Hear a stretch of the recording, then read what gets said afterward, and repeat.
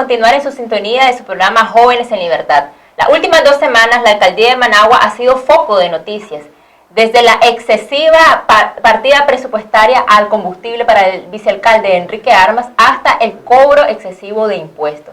Para hablar de este y otros temas ya se encuentra conmigo Celín Figueroa, concejal opositor del Partido Ciudadanos por la Libertad y una de las voces más críticas de la administración de la municipalidad. Gracias, Celín, por estar con nosotros.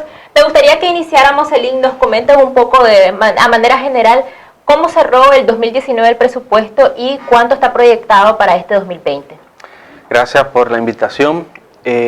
Por ejemplo, nosotros cerramos la ejecución del 2019 en 3.900 millones de Córdoba. Esto cayó en relación al año 2018 que cerró con 4.500 millones. Pero lo sorprendente es que se aprobó un presupuesto para 2020 de 7.300 millones, casi que lo duplican. Y yo en una entrevista decía que era un presupuesto fantasioso, porque más bien venimos en caída, venimos en picada, la economía no está respondiendo dada la crisis sociopolítica que está viviendo la capital y el país entero.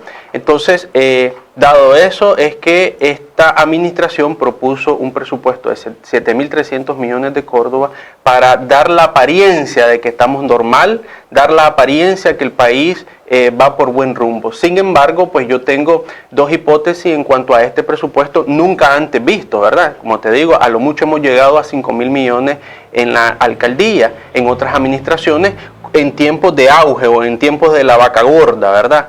Ahora, con estos 7.300 millones, considero que posiblemente hayan o recortes en el transcurso del año, como lo hemos hecho en los 2 años anteriores, para irlo ajustando, o posiblemente venga una alza o una reforma al plan de arbitrio para haber alzas en los impuestos municipales. Debido a la crisis, sabemos que ha habido una baja en las recaudaciones. Me pareció que vos mencionabas en otro medio de que ha sido más o menos del 9% la caída de las recaudaciones. ¿Es así? Correcto, pero el 9% de la caída en este rubro es el IMI, que es el impuesto sobre ingreso, que es un impuesto que pagan todas las personas jurídicas y naturales o los negocios formales del 1% sobre las ventas totales de sus negocios o de las empresas. Entonces, este 1% es lo que se traslada como tributo a la alcaldía de Managua para entonces formar parte de esos ingresos ordinarios. Pero también están otros ingresos como el sticker de rodamiento, como el IBI, que es el impuesto de bienes inmuebles, que ha estado sonando dadas las maniobras que ha hecho en este momento la administración. Es obvio que ha habido, como te mencionaba, una caída de los ingresos y dado obviamente a la crisis sociopolítica que vivimos. Sin embargo, en una reciente publicación del diario La Prensa se confirmó la excesiva partida que se le ha dado al vicealcalde Enrique Armas con respecto a su combustible designado. ¿Cuál es tu criterio a esta excesiva asignación del combustible, ya que las autoridades deberían de ser más austeras en estos tiempos? Sí, bueno, en nuestras facultades, ¿verdad?, de ser fiscal, de fiscalizar la función pública en este sentido de la municipalidad, me he tomado la tarea de poder analizar el nuevo presupuesto y entre ellos pude encontrar esto anómalo, diría yo, porque sacando cuentas en los 291.000 Córdobas que le está asignando en esta partida para gasto de combustible a este funcionario, a razón de que daba en el presupuesto a 331 kilómetros. Es como que él recorra todos los días 331 kilómetros. Y que incluso se consultó a taxistas que ni ellos, que pasan toda una jornada diaria recorriendo toda Managua, se gastan toda esa cantidad de combustible. Y hay que tomar en cuenta también el precio tan alto que tenemos ahorita de los combustibles. Estábamos hablando que hoy en día el litro de gasolina super está a 34.51 Córdoba. Sí, efectivamente, y eso fue lo que me sorprendió a la hora de hacer el análisis, y esa es una de las razones por la cual pues ventilamos este hecho tan ridículo como es posible en medio de una crisis que está viviendo incluso la misma institución por la falta de captación de recursos, dada la crisis económica, más la crisis económica que están viviendo cada uno de los ciudadanos, dadas las políticas que ha implementado este gobierno, y estamos pagando un combustible con un galón excesivamente caro. Entonces estos señores se recetan estas jugosas partidas o cuotas de combustible que a razón de uno, pues no tiene lógica que él esté recorriendo más de 300 kilómetros al día. Y entonces ahí es donde hacíamos la comparación, que ni siquiera el taxista que sale todos los días a ganarse, ¿verdad?, los ingresos para poder sostener a una familia, tiene que en las 8 horas más o menos recorría, nos decían, un promedio entre 200 a 250 kilómetros. Y este señor pasa más en su oficina y dando comentarios deportivos y recetándose esa jugosa cantidad de combustible. Eso es inaudito, ¿verdad? Ahora, eso que solo logramos detectar a este señor, pero también en la partida presupuestaria de gasto para combustible de la Secretaría es enorme. Más de 2.500, ¿cómo es? Más de 2.5 millones de Córdoba asignado a la Secretaría de esta administración. Y ya ni se diga pues al despacho de la alcaldesa. Entonces están siendo inconscientes con los ciudadanos, recetándose estos jugosos cuotas de combustible, y pues obviamente por otro lado están recortando proyectos porque no les está dando el presupuesto. Y hablando de proyectos, ¿qué proyectos considerás que han sido recortados para poder subsidiar estas grandes cuotas que se han recetado a estos funcionarios?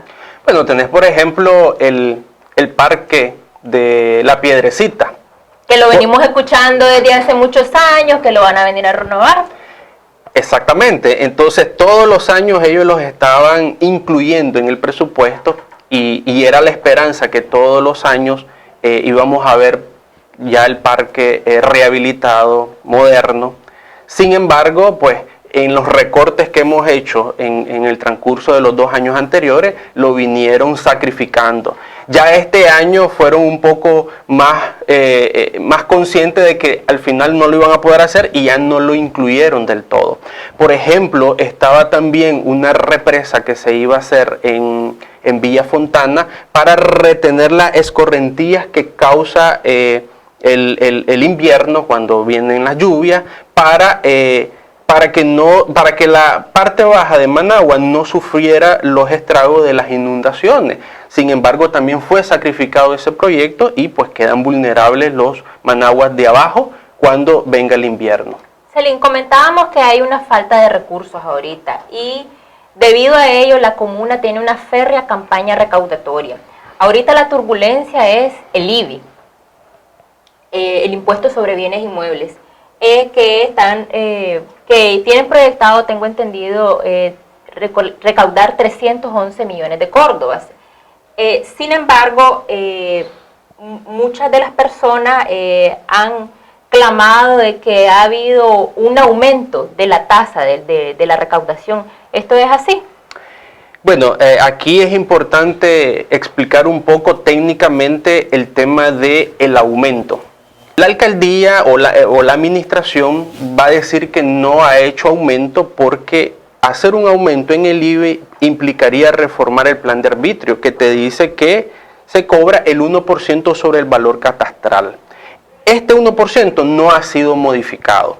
Lo que uno se hace la pregunta es, ¿quién determina el valor catastral para que me cobren el 1% sobre ese valor catastral? Entonces esto entra a una discreción a catastro municipal juntamente con catastro nacional, que son los que determinan discrecionalmente cuánto es lo que vale tu propiedad, y en ese sentido ellos toman aspectos técnicos en cuanto a que dicen que tu propiedad pudo adquirir mayor plusvalía y entonces si costaba 100,000 pesos tu propiedad, entonces ahora te la están valorando en 200,000 o hasta 300,000 córdobas. Entonces por eso es que ese clamor generalizado de que se le duplicó el cobro del impuesto o se le triplicó, ya vemos a los empresarios que están clamando porque les está llegando hasta un 300% este aumento. Pero precisamente es una maniobra de esta administración y de estas autoridades para meterle la mano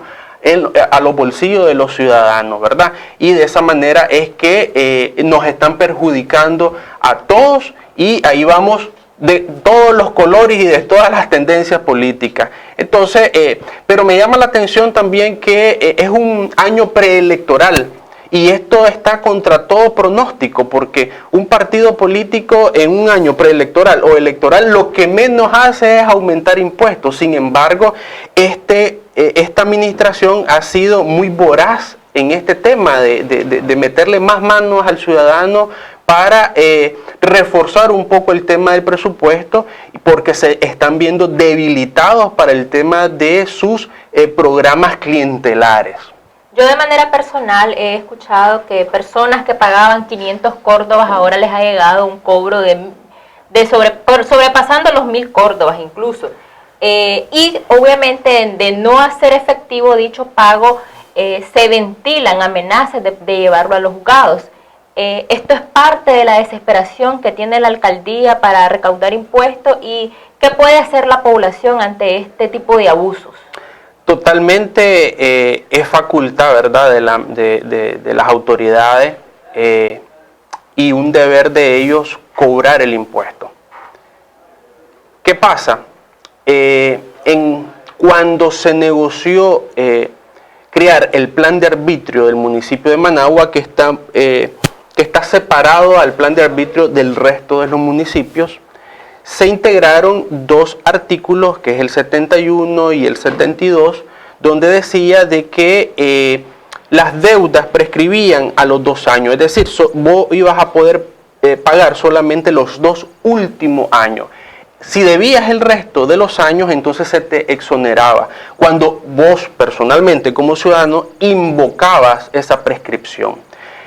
Dado de que no era costumbre del ciudadano invocar esa prescripción y no estaba facultada la administración como para hacerla de hecho, ¿verdad? Entonces la deuda se iba registrando en el sistema. Entonces esa deuda queda registrada en el sistema porque el ciudadano nunca la invocó. Y entonces aquí donde el mensaje es el ciudadano tiene que ir a invocar esa prescripción. Pero este artículo se creó para que el partido que en ese momento estaba en la oposición y que ahora es autoridad, lo utilizaba para maniobrar el tema de fomentar la cultura de no pago como una medida de boicotear las administraciones anteriores. Pero también con esa visión de que algún día ellos iban a ser autoridad, dejaron el otro artículo donde decía de que se interrumpía la prescripción si te llegaba la notificación o se hacía mediante una notificación judicial. Entonces este es el artículo que ellos están aplicando y les están negando la prescripción a todos los ciudadanos que deben más de 2 años en la alcaldía de Managua. ¿Y hay alguna forma de apelar? La ley 40 te da el derecho como ciudadano de acudir a un recurso administrativo ante la alcaldesa, y si la alcaldesa no da lugar a ese recurso, entonces el siguiente derecho que tenés es recurrir ante el Consejo Municipal. O sea que al Consejo Municipal llegan estas apelaciones y tenemos a 72 concejales de la bancada sandinista, de 80 que somos en total, y pues ellos solo levantan la mano porque ya hay una decisión política de que no se le va a exonerar a ningún ciudadano que recurra por derecho a una apelación. Para finalizar, Salim, me gustaría tu opinión sobre a qué le atribuís que el Frente Sandinista tiene una maquinaria de 72 concejales que prácticamente deciden por todos los Managua cómo va a ir el rumbo. Bueno, interesante la pregunta, pero quiero retroceder. Tiene 72 concejales en este momento por la política del fraude que han venido cometiendo durante todos estos procesos electorales. Pero también hay una responsabilidad del ciudadano que ha caído en la apatía o en la indiferencia de los procesos electorales.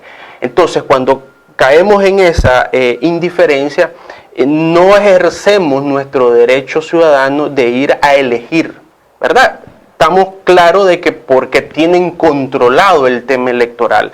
Pero si todos los ciudadanos fuéramos a votar y hiciéramos, como decía Fabio Diamantini en su campaña, una montaña de votos, difícilmente esta autoridad podría hacer un fraude, pero pues nosotros contribuimos a que este fraude se diera.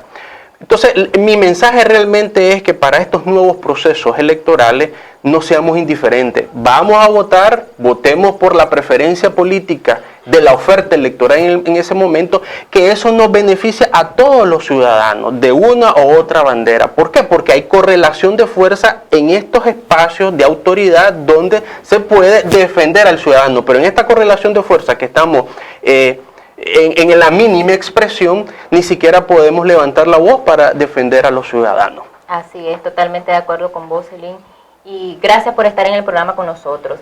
Pasamos con Darwin Martínez con su segmento Latinoamérica.